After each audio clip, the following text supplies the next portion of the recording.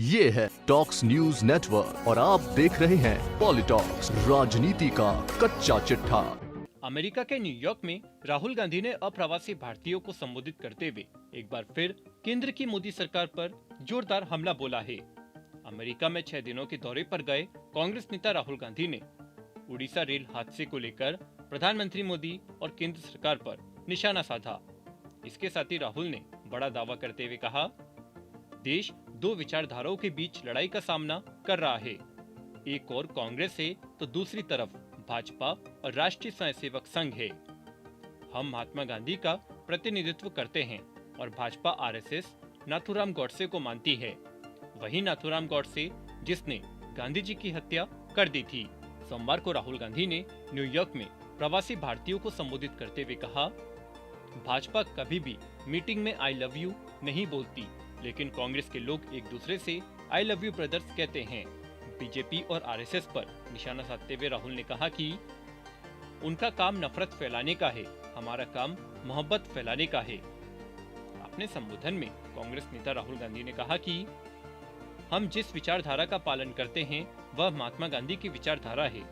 Mahatma Gandhi NRI थे, अहिंसा का प्रचार किया और सत्य की आजीवन खोज की।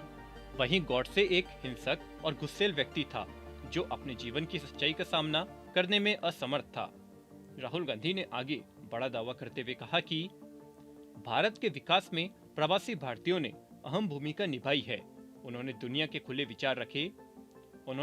में खुले विचार रखे।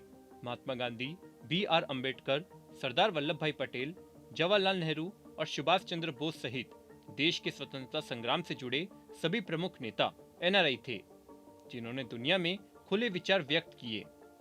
राहुल ने आगे कहा कि महात्मा गांधी ने भारत के स्वतंत्रता आंदोलन की नींव दक्षिण अफ्रीका में रखी थी।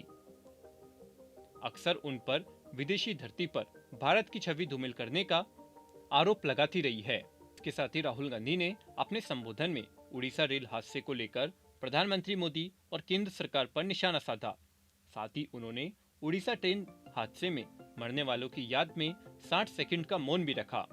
अपने संबोधन में राहुल ने कहा कि इतना बड़ा रेल हादसा हो गया, लेकिन अभी तक किसी को जिम्मेदार नहीं ठहराया गया और न ही रेल मंत्री अश्विनी वैष्णव ने इस्तीफा दिया। अपने बयान में राहुल ने आगे कहा कि मुझे एक ट्रेन दुर्घटना याद है जब कांग्रेस सत्ता में थी। कांग्रेस ने ये नहीं कहा कि यह अंग्रेजों की गलती है कि ट्रेन दुर्घटनाग्रस्त हो गई। कांग्रेस के तत्कालीन मंत्री ने अपनी जिम्मेदारी मानी और कहा, मैं इस्तीफा दे रहा हूं। राहुल गांधी ने आगे कहा कि इसलिए हमारे यहाँ यही समस्या है, हम बहाने बनाते हैं और हम उस वास्तविकता को स्वीकार नहीं कर रहे जिसका हम सामना कर रहे हैं। पॉलिटॉक्स ब्यूरो, जयपुर। पॉलिटॉक्स ब्यूरो, दिल्ली।